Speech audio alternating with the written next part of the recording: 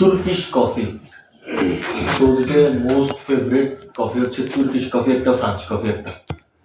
এগুলার হচ্ছে মেশিনের সাথে এগুলার কোনো কাজ নেই, এগুলো হচ্ছে হিটারের কাজ, ঠিক আছে? তো তুর্কিশ কফি আপনি কিভাবে বানাবেন? তুর্কিশ কফির জন্য আলাদা পট আছে। এই যে এটা তো পিচার, এই পিচারের মতো হচ্ছে এরকম পিচার আছে, কিন্তু ধরার জন্য ডান্ডা আছে, এরকম লম্বা ধরার জন্য এরকম ডান্ডা আছে, ঠিক আছে? আপনি যাতে হচ্ছে এটাকে এরকম, আপনার হিটার আছে বা বয়েলিং করার জন্য এরকম মিটার আছে, এখানে হিট দিয়ে আপনি বানানোর জন্য আর কি। এগুলো আলাদা, তুর্কিশ কফির সবকিছু আলাদা। হিটার বা হচ্ছে অন্যান্য যেরকম থাকে মেশিনের মতো বা হচ্ছে কয়েলের মতো, যেটা আপনার যেসবই যেরকম থাকে। তো আপনি নেবেন প্রথমে তুর্কিশ পট। একটা কথা মনে রাখবেন, আমরা এখন যে মাপটা দিচ্ছি এটা হচ্ছে 8OZ এর কাপের মধ্যে কতটুক পরিমাণে তুর্কিশ কফি বানাবেন, কিভাবে বানাবেন 8OZ এর কাপে, ঠিক আছে? 8OZ এর কাপে হচ্ছে আপনি কিভাবে বানাবেন।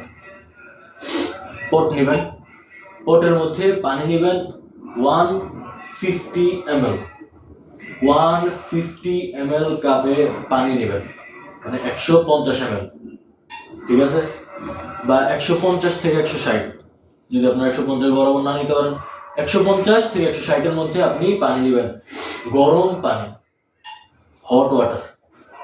তারপর হচ্ছে কি, আপনি স্পুনে, আপনার স্পুন আছে, প্রত্যেকটা শপে হচ্ছে আপনার স্পুন পাওয়া যায়, বা হচ্ছে আপনার স্পুন যদি না থাকে, আপনি আনুমানিক চায়ের চামচে হচ্ছে 35 থেকে 30 বা 35 থেকে 37 গ্রাম হচ্ছে তুর্কিশ পাউডার নেবেন। 35 থেকে 37 গ্রামের হচ্ছে তুর্কিশ পাউডার নেবেন।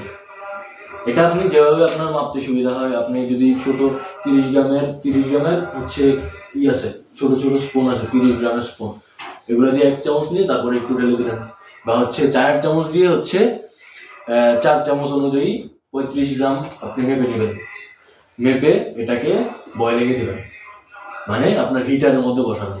বসে হচ্ছে আপনি স্পুন দিয়ে এটাকে মিক্স করবেন। এটা হিটও হইতে থাকবে আপনার স্পুন দিয়ে।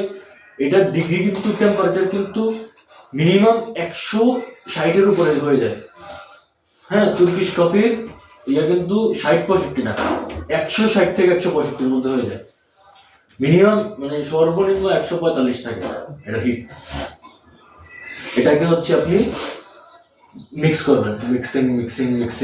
আপনি মিক্সিং করতে করতে যখন দেখবেন পুরাটা কফি মিক্স হয়েছে, পানি কফি পুরাটা মিক্স হয়েছে, এর ফাঁকে যদি আপনাকে কাস্টমার বলে যে একটু চিনি দিয়ে দিও, কাস্টমার বলবে যে হাবিবি রাকিব সুক্কার শোয়ে। কাস্টমার আপনাকে বলবে যে এরকম ভাবে সম্বোধন করবে যে ইয়া শাবাব, হ্যাঁ, আপনাকে ইয়া শাবাব, নাইলে আপনার পরিচিত কাস্টমার হলে বলবে যে হাবিবি রাকিব সুক্কার শোয়ে শোয়ে সুক্কার। হ্যাঁ, মনে করেন যে আপনাকে একটু চিনি রাখতে বলছে হালকা। তুর্কিশ কফিতে বেশি চিনি দেওয়া যাবেই না, কারণ তুর্কিশ কফিতে হচ্ছে চিনি যায় না, চিনি হয় না। যারা চিনি খাইতে চায় একটু রেখে দিবেন, বা অনেকে চিনির সাথে হালকা দুধও রাখতে চায়, রেখে দিবেন, কোনো সমস্যা নেই। কাস্টমার যেভাবে আপনাকে বলে, ডিমান্ড করলে, না হলে আপনি গরম পানি আর হচ্ছে তুর্কিশ পাউডার দিয়েই করে দিবেন। তখন আপনি কি করবেন, এটাকে বয়লিং করবেন।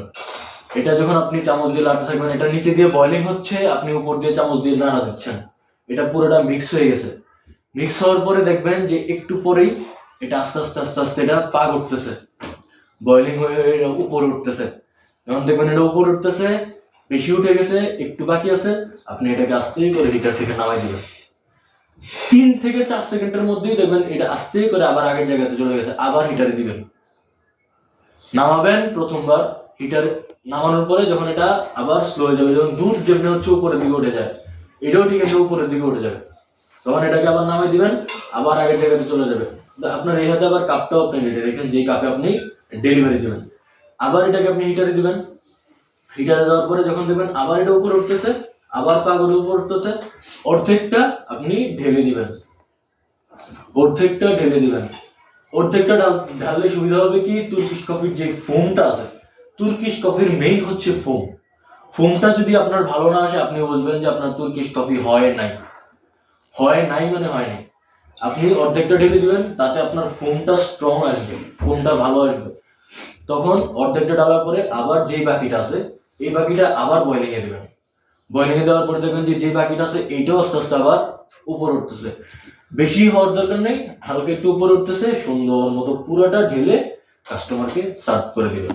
তাতেই হচ্ছে আপনার পারফেক্ট তুর্কিশ কফি ফোম সহ।